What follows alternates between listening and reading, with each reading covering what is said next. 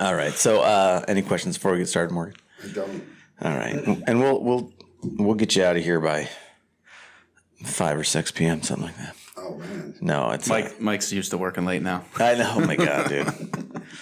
No, we usually try. We shoot for like 30 minutes. Okay, sometimes it's a little more, but all depends on how many tangents I take us down. Because Derek stays right on point with the questions. I start talking about the dandelions and who knows.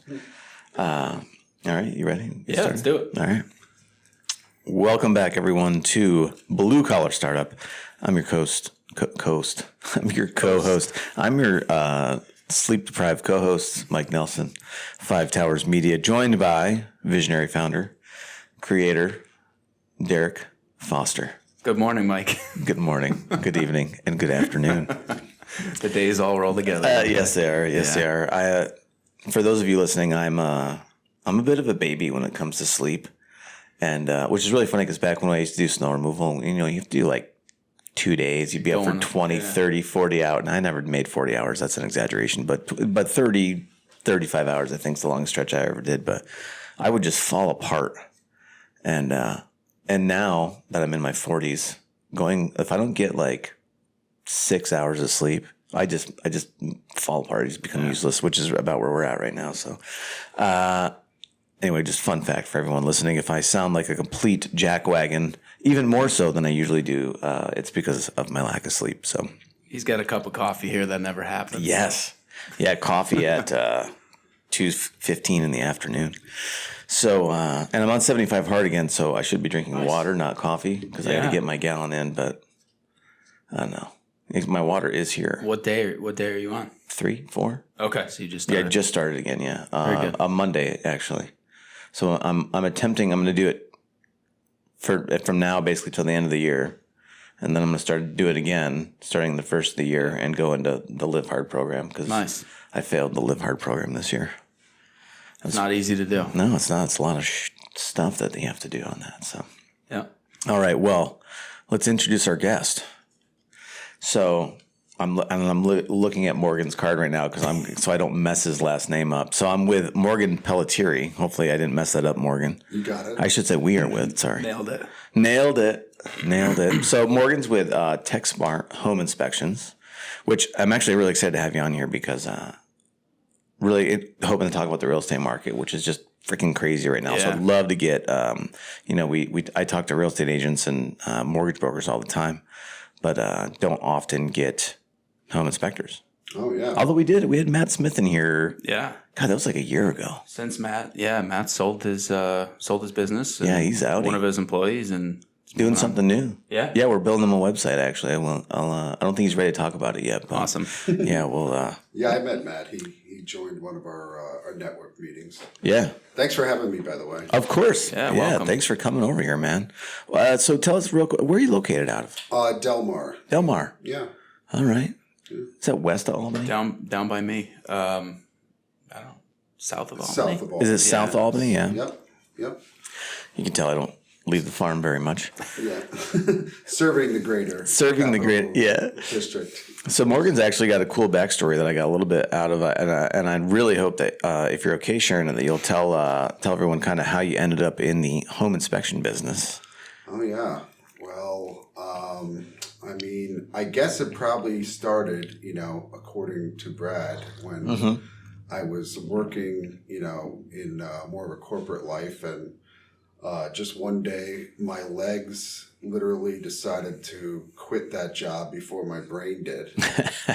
And I just started writing my resignation letter, and I got right out of there. And within 2 months, I was thinking about what I was going to do, and I really didn't want to go work for somebody else. And, I really like coffee and I like food, and I decided to open up a creperie with, French press coffee. And I figured, well, I'm miserable now. I might be miserable doing that too, but at least I'll smell coffee all day. That's right. And be able to eat crepes, because you said that. I'm like, wow, I'm freaking hungry right now. Yeah. Sounds yummy. Oh, yeah. So we did that for a while, and we were pretty popular downtown. And then the pandemic hit, and me and my wife, my son. We had my son in 2018, and I really didn't get to see him as much, running a restaurant. And we also bought a commercial building, and that was really, sometimes ignorance can really motivate you. And the things I didn't know about that building when I bought it really angered me. And I figured, I might want to buy more property, and I should really, start to learn things about buildings. Yeah. Yeah. And so I just, kind of, it all fell into place. And I was like, if we have another kid, there's just no way I could be running a restaurant. And yeah, man, that's long hours. Yeah. Yeah. And high stress. Exactly. And I just kind of went all in on home inspections, and, went to school and did my mock inspections, and at the end of 2020 launched the business. Nice. Yeah. Oh, so you got in there right as that crazy real estate market really got fired up, huh? Oh, definitely. Yeah. That's nice. Yeah. That's good timing. It was a nice time to do inspections, not the best time to try to have a moment of a realtor's time to introduce yourself as a company. Yeah. But, I made it work. Made it work. Yeah. So how many inspections did you do in 2021? 2021, I feel like I did maybe close to 100. Yeah. Yeah. So it wasn't a terrible amount, but that sounds, yeah. Sounds busy. Yeah. I mean, I was busy, I had the benefit, speaking of your backgrounds of, working my time, in corporate towards the end was working for an SEO company as a sales manager. And I feel like, just like everybody, every job you ever had is kind of paving the way for your next job. And that was really a great experience because I was able to have that knowledge to get my site going, in a very short amount of time, which helped supplement, the lack of business I might have been getting from the real estate community, Well, and I think, that really highlights too a huge point that I think a lot of people getting into, maybe it's their first time owning a business and they don't, they work for someone doing, in a lot of cases, right? You get someone that works for the cleaning company, get someone that works for us at the marketing stuff. And they're like, oh, I could do this better and I could do it for myself and make more money. And, and then they go out and they find out that how important sales is, right? And if you suck at sales, it's going to be a rough go for you. I'm not saying it's not going to work, but I'm just saying it's going to be rough. Yeah. And, I think there are some industries that kind of are magnets for people with, maybe introvert personalities, people that aren't very energetic even, and I think home inspections is one of those where, you're going to say, well, I know a lot about a building. I don't want to go, I want to sell myself. With people. Exactly. Yeah. But I mean, you're absolutely right. You have to look at that part of it. And even with a sales background, I had to learn how to sell me. Mm-hmm. I was the product, and that was a whole different, area, to get into, especially when you don't have all the experience and you have to, sell what you have. Yeah, I'm brand new. Right. Hey, how are you? I know there's 5 other home inspectors that are talking to you trying to get your business, but here I am and I'm brand new. All right. Send me some deals. Exactly. Exactly. Call me maybe. What's that singer's name? I couldn't tell you. I know who you're talking about. Oh my God. We just had this whole conversation in the car with my kids the other day and I could have sworn it was Taylor Swift. I'm like, no, it's Taylor Swift. And they're like, no, it's not. It's like Carly something or other. Yeah, Jepsen or... Ooh. Carly Jepsen? I think that's correct. Yeah. Wow, look at you pulling that out of the ether. I heard it was Carly. Google confirms. Ding, ding, ding, ding. You won a free toaster. That's amazing. Carly Jeps. Thanks, Carly. Why did I know that? Well, I know. Well, listen. Why do I even know Taylor Swift's name for that matter? And I thought it was her, but Well, she's everywhere. You can't even watch football anymore. I know. I'm sorry for all the football fans out there. She's invaded your football. So, she's a powerhouse, though, from a business standpoint. Holy moly. Yeah. I know, right? You think she'd come on the show? Maybe. We can get some blue-collar spin? Yeah, absolutely. I'm sure she's dated someone who's blue-collar at some point, right? She's pretty much dated everybody. That's what some guy was talking about her on the radio. That's what he was saying. He's like, oh, Taylor Swift dated everybody on the planet. I'm like, well, not me. Well, she seems to be dating someone now who's pretty blue collar to me. He's football, but he's stocky. Yeah, he's got the same facial hair. Yeah, he owns a tool belt for sure. So, what do you think? So, well, don't tell us who the first real estate agent was that gave you a deal, but tell us why they gave you your first deal. I'm sure you got to remember that, right? Yeah, and it was a friend of mine that we'd gone back 20 years, and that was really what it came down to. And you guilt him into it. Oh, pretty much, Well, yeah, everybody needs a start, and the thing about realtors is what they're really afraid of, not what you're going to find, but how you're going to tell the client. Oh, so they don't want somebody who's going to be like, oh my God, do you know what's in your attic? This is the worst thing I've ever seen. Exactly. How much are you paying? It's all in the presentation and working through it. Yeah. Yeah, exactly. They just want somebody who's going to be, non-alarmist and kind of, just, I try to tell people like everything's fixable and, people are. So it's not what you communicate, it's how you communicate it. Totally. You need a good bedside manner. You can't be the doctor that, eyes widen when they look at the report. Sir, you're going to die in 2 hours, but I've got a tea time, so exactly. I got to go. Exactly. I've been in the room with those, actually.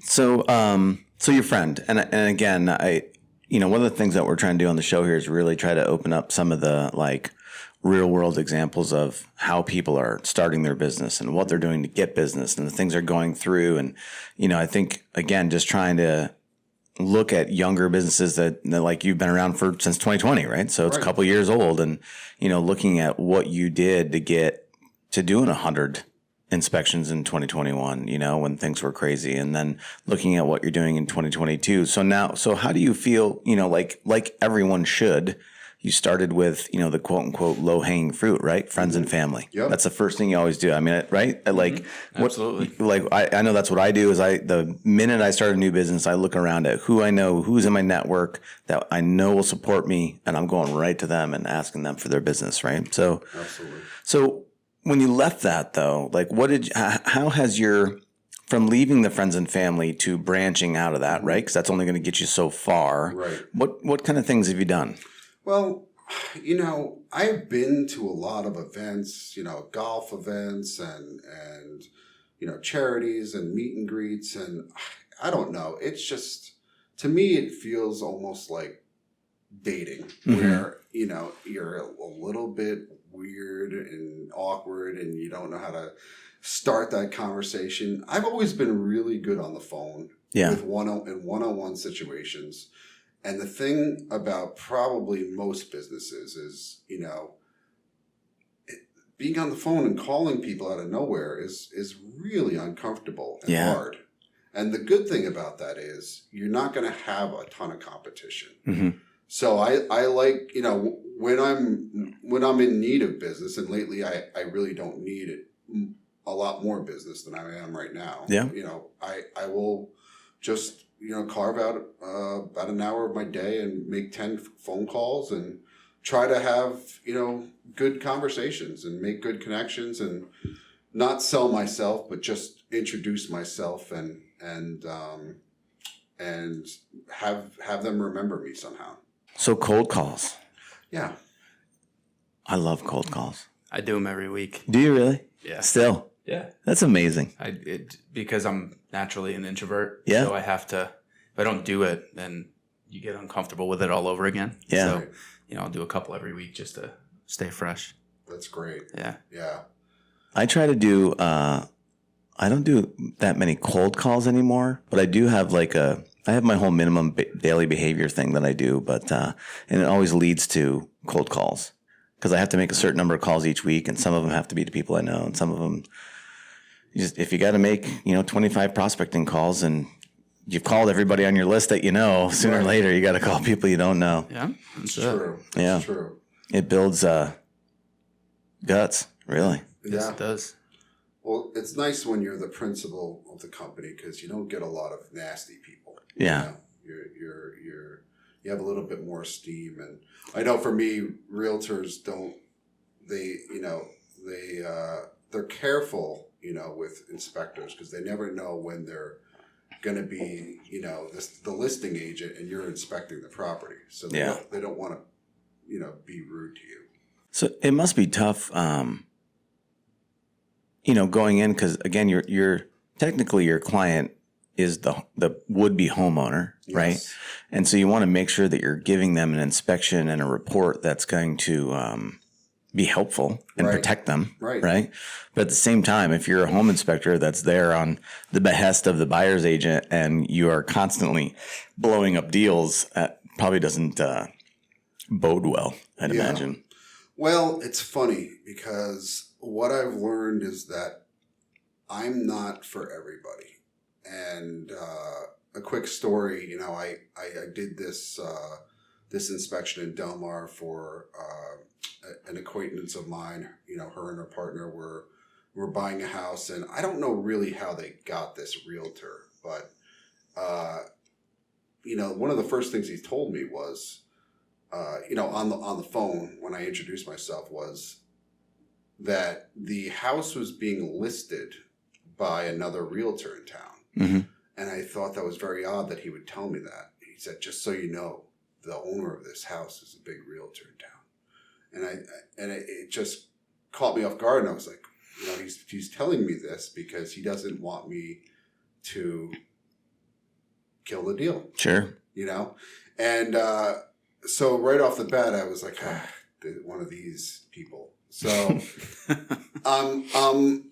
10 minutes into the inspection, I see these two pipes coming out of the ground. And I say to him, do you have a property condition disclosure on this? And he goes, no, why? He said, I think, there's two pipes in the ground. I want to make sure that's not a buried oil tank. Right. And he said, that's not a buried oil tank.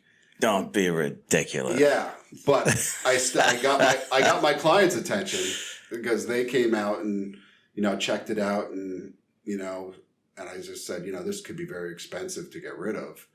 And he's busy on the phone with the listing agent, also the realtor, and who is, by the way, was a great seller, as it turned out. Yeah. He said, to be honest, that could be a buried oil tank.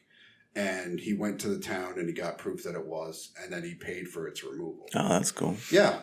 But at the end of the inspection, the buyer's agent said, oh, why don't you give me a couple cards, for the future? And I said, I think I'm pretty good, because that's not someone I want to work with. I want to work with the same people who share my vision of how clients should be treated. Is, you want all the information. And those are the realtors I work with, the people who want all the information. Well, and you had a choice, right? Like you could choose more deals from that realtor or your integrity. Absolutely. Right? Which one's worth more? Right.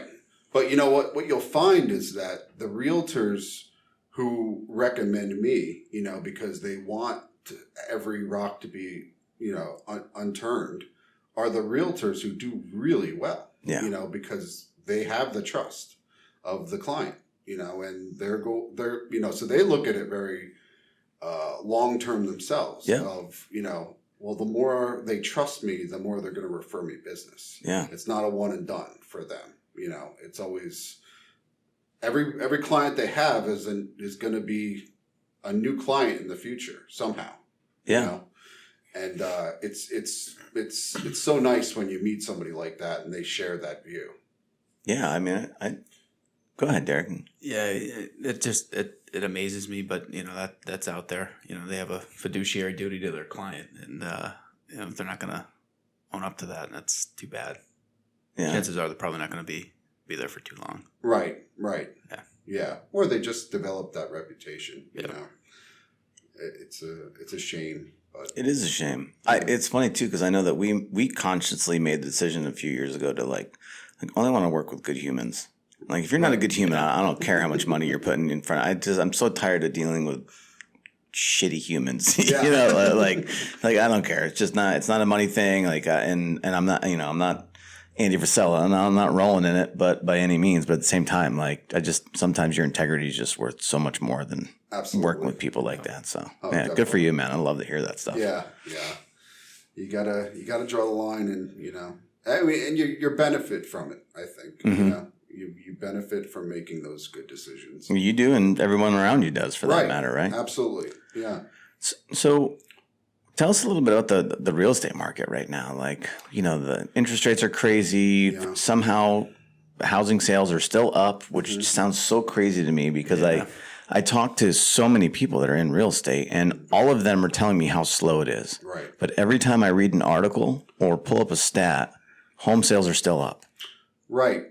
Well, I mean, it's like there's been a line of people at the bread market and for a couple of years now, and there's still only 10 pieces of bread. Right. It's as simple as that. So bread lines, that's an interesting analogy, Morgan. Yeah. So. there's what happens is, people don't want to sell their house until they have another house to move to. And it's created a domino effect where there's probably a lot of people that would like to move, but with the rising interest you can't rates, upgrade right now. Right. Without spending more money, period. Absolutely. The houses are more expensive. Right. The interest rates are higher. Yep. Your mortgage payment's going to go up. Yes. You're like, if you want to go into a quote unquote better house, right, you're going to spend more money. There's no there's no deal out there. It's crazy. Yeah. And there's just, there's just not enough inventory. And, even the looking, you used to be able to compare new construction, to the resale market. And, that's just gone way out of control. The new construction is just so much higher than anything you can find on the market that, it's really just kind of weeded out the people that can actually afford to buy a house right now. Yeah. Well, there's less and less people from what I keep reading that can afford it. So it's pretty crazy. Right. Yeah. So they keep building apartments. Right. I guess, right? I mean, you got something. People got to live somewhere. Yep. 240,000 new people in the country last week. So, it's people got to live. Right. I don't know, man. So now that you've got a client base, you're in the business, you got your feet wet. Do you have any employees? Have you hired anybody or? No, and I don't think I will.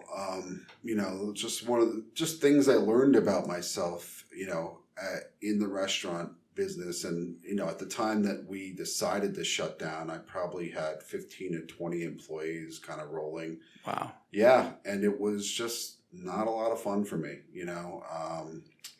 What are you talking about?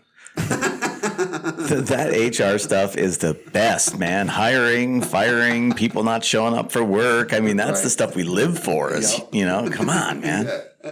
I mean, some people might have a really good feel for it, but I like to focus on my product and not babysitting people. And I'm sure that there are inspectors out there that are just as good as me, but I can't be there to make sure that that's the case, and that's why I can't have an employee. I hope that someday I'll get to a point where there might be a scheduler for me that could field phone calls, because that becomes challenging when you're doing inspections and getting phone calls. Yeah. Because you can't just be like, oh, hold on a second, I'm not going to go in that attic. I got to speak to this other person who's now more important, So, I hope someday to get there, but I don't think I'd want to really grow. It's just a choice I've made. Yeah. Yeah. Yeah. Listen, I get it. And it's funny because Devin, right? Yeah. Yeah, Devin kind of was the same thing. Like, he came on, I think he's episode 3 maybe.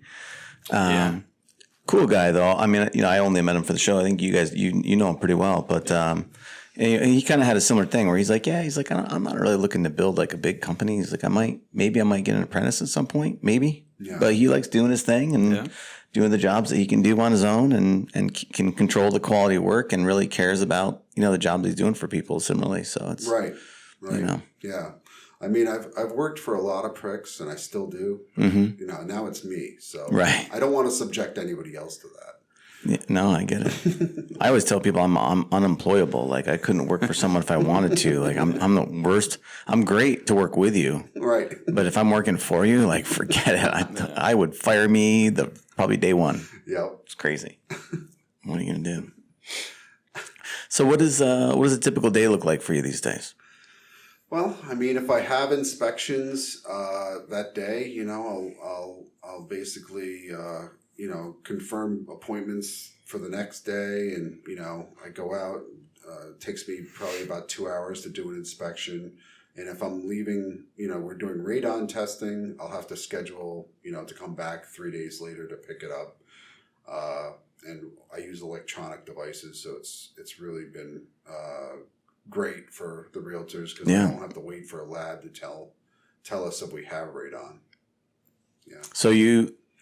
So I think that's what it used to be, right? Like you have to put it in the basement, close the door, make sure the door's shut for 3 days, and then send the readout or whatever it is to someone, and they give you it. But now it automatically tells you. Yeah, now I've got an electronic device. It's still lab certified, but I get as soon as I get Wi-Fi, I can tell. Oh, that's client, cool. What it came back at. So yeah, it's good.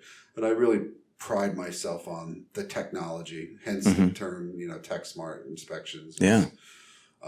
We use a lot of cool devices, drones, and one of the few guys out there using thermal imaging, which is great for, looking at finding, water intrusion. Heat loss. Yeah, heat loss, water intrusion, overactive, electric panels and stuff like that. It's pretty awesome, actually. It's like bringing the Predator along. Oh yeah, you put some goggles on and yeah. There's some weird clicking noise coming out of the wall. Exactly. Yeah. Exactly. Such a great movie. Yeah. Is that where Arnold's like get to the chopper? But he probably says that like in every movie. Yeah, I don't think he's had any original lines in a long time. No. So it's like, hey, why don't you say I'll be back again? Right. I'll be back. Get to the chopper and get down. Get down. Get down. That's pretty good. I worked on that all morning. So it's actually the only Arnold thing that I can do. Get to the chopper and get down. Oh, I definitely need more coffee, guys. So, you got any crazy morning routines? I try to get some exercise, and occasionally I'll do some meditation. Cool. Yeah. Doing a whole life change, in the recent years of just sober living and doing what it takes to maintain that. Yeah. Yeah. Very cool. Yeah. You gotta take care of yourself, right? Absolutely. Especially when you got kids. Yep. You gotta take care of yourself before you can take care of your kids. Otherwise, you can't take care of your kids. Exactly. And they are little tyrants. So you got two? Yeah. Yep. They're a handful. What? How old are they? 2 and 4. 2 and 4. Yeah. Nice. Yeah. That's it's close. Yeah. I'm 4 and 7 months. Yeah. Oh, really? Not too far behind. Yeah. Oh, okay. Good luck. It's a lot of fun. Thank you. It is. They're really sweet most days. Yeah. Listen, the 4-year-old, like, because my son, he'll be 4 in November, and that's a fun age, man. They're freaking hilarious. Stuff they come out with. Yeah. It's true.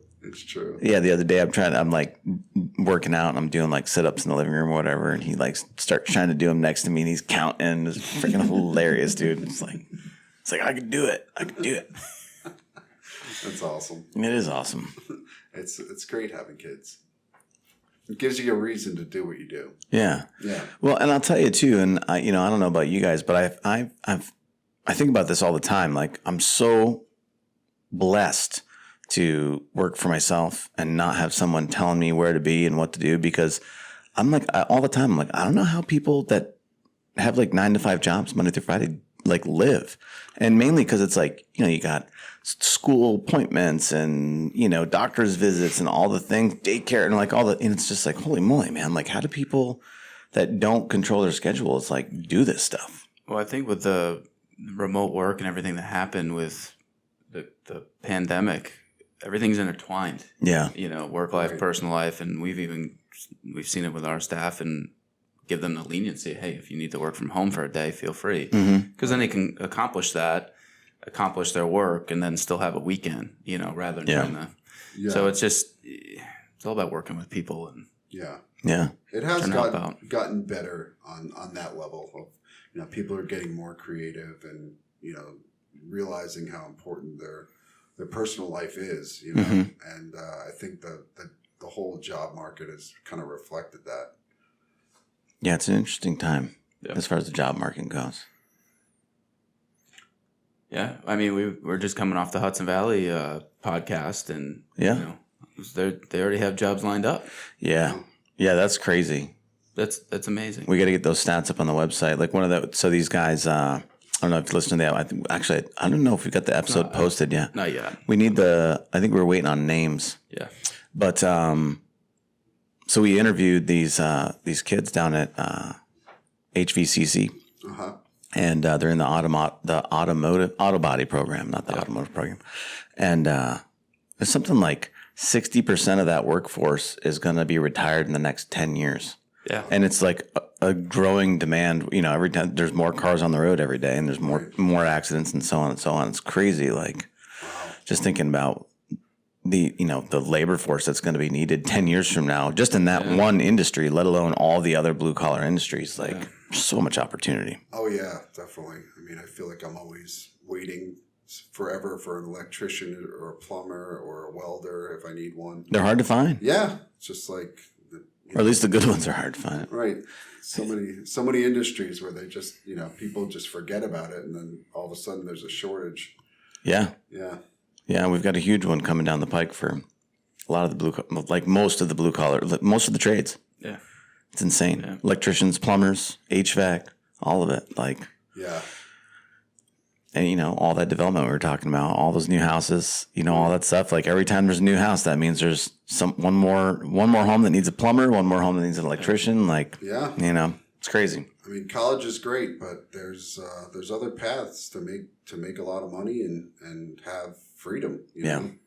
Did you go to college, Morgan? I didn't. I kind of just failed out of community college, and right after high school, my dad was like, I don't think I want to pay for you to fail out of college, So I was like, college isn't for everybody, man. It really wasn't. And no shame in it. Yeah. It just never really clicked for me. Mm-hmm. And I don't know what I would have done. But I wish, I don't really have a lot of regrets because, like I said, I think every job has put me in the position I am right now. But it would have been great to see where my life turned out if I had gone to inspections earlier in my life. Yeah. Because I really, really like it and everything about it and the client, the one-on-one, all of it. So it's interesting to think about, but I don't spend too much time thinking about that. Yeah. Yeah. Well, it's interesting too, because, not as I hear you talking about it and being passionate about it, it's like, it is a huge line of protection for consumers, the home inspection, right? Like that's which is crazy that people were waiving them during 2020 and 2021 when things were crazy and everybody's waiving inspections. But there's so many things that can go wrong with a house that could be devastating. Oh yeah. Especially for lower income. I wouldn't say lower income, but if you're not rolling in it and, you buy a house for $180,000 and, you turn right around and something was missed or didn't show up on inspection and it's costing you $50,000 for a new roof or a new foundation or whatever it is. I just did one last week. It was a multifamily in the Pine Hills area, probably right near where you were last night. Oh, okay. Yeah. So, they waived inspections. They were moving it from the city and he just had, was holding a collective breath with his wife because they knew that there was issues. Yeah. And the things I uncovered was because he just wanted to know. So it was, foundation, probably 20 grand. They had mold in the basement. They had, asbestos piping throughout the basement, and it wasn't, encapsulated. So there was a laundry list of things that they had to know about, at this point. Yeah. And now they're like, well, I guess we're going to pay for all this to happen. I'm like, if you would have gotten the inspection, you might have negotiated the price down. Right. Or avoided the house entirely. Exactly. Yeah. Exactly. So that's tough, man. Yeah. It's, but I think that side of the market is starting to slow down a little bit. These rash decisions and hopefully that does end, not just for me, but for them, and for everybody. Cause, I think that's part of, the housing crisis, the mortgage crisis that we've witnessed in the past is just, poor decisions, that get you in these situations where you don't have the money to pay for the house anymore. And then the bank doesn't have anything to foreclose on because the house isn't worth it now. Yeah. It's all very cyclical. I hope the next one isn't as bad as it was, back in 2009 to 2012. Yeah. Exactly. Yeah, it was pretty rough for a lot of people. Right. Yeah. We'll see. There was a lot of frenzy buying going on the last couple of years. Right. So let's pretend someone's thinking about getting into the home inspection business. Uh-huh. Any words of wisdom, sage advice? Well, I would say warnings. I would say that always put the client first, and if you're going to go to school, just know that there's only so much that they're going to teach you. You have to get your hands dirty and figure out a lot of stuff. You got to continue to educate yourself because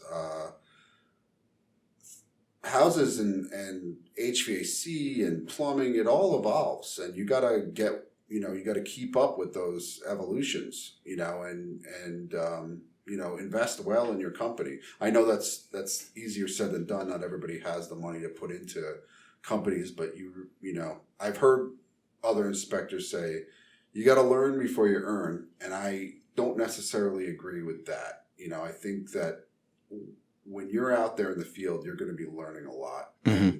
There's nothing quite like that, and if you don't know something, don't pretend you do. Find the resources. One of the greatest things, when I owned that building, it was great because I had this great Rolodex of people who knew more than I did about things, and a home inspector is not supposed to be an expert in every field. You're supposed to know a medium amount of every field. And if you see something and you're observing and reporting, you're supposed to say, hey, you should call an electrician to further evaluate this. You should call a mason, and having those people in your Rolodex, even if it's someone you run something by and you Venmo them $20 for 5 minutes of their time, it's critical, because the people who pretend they know everything, because they don't want to look embarrassed, are the people that really shouldn't be in the business. Yeah. That's excellent. Yeah. Derek, any other questions before we wrap it up? Not really. My brain is a lot of it. Okay. Yeah. All right. Just want to make sure my sleep deprived state, I'm not missing anything here. Where can people find you? Well, I'm on the internet at tshomeinspections.com. I got a great site that Brad made for me there, and Brad, that's my business partner, Brad. Yeah, 5 Towers Media. 5 Towers Media has been amazing for my company. Honestly, they always deliver what I had in mind for my site. And it's been incredible. And then you can always call me if you want it at 518-522-1449. It's awesome. Yeah. Thanks for coming up, man. I appreciate it. Thank you guys so much for having me. Yeah, absolutely. It's great to meet you. This is fun. I'm going to listen to these. Are you going to listen to these? Yeah. Nice. Yeah. Well, this is episode what? Is this 40? Don't share the show. Yeah, share the Share show. the show. Share the show. Pass it along. Okay, I will. Will you send me a link so I can? Oh yeah, Yeah, we definitely will. we'll get you Okay. everything. And if you're listening, do us a favor and also share the show, but also subscribe wherever it is that you're getting podcasts, whether it's Apple or Spotify or whatever, or YouTube or Rumble. Rumble for you freedom fighters out there. But real quick too, I do want to say thanks again to Luke Michaels and the Michaels Group for sponsoring the show and helping us out and gave us the ability to help out those guys last week over at HVCC. So that was huge. It was great. Yeah, another one coming up at Bosie's pretty soon. Yeah. Is that next week? A couple weeks out. Yeah, that's gonna be cool. Yeah. That's like a half-day thing, right?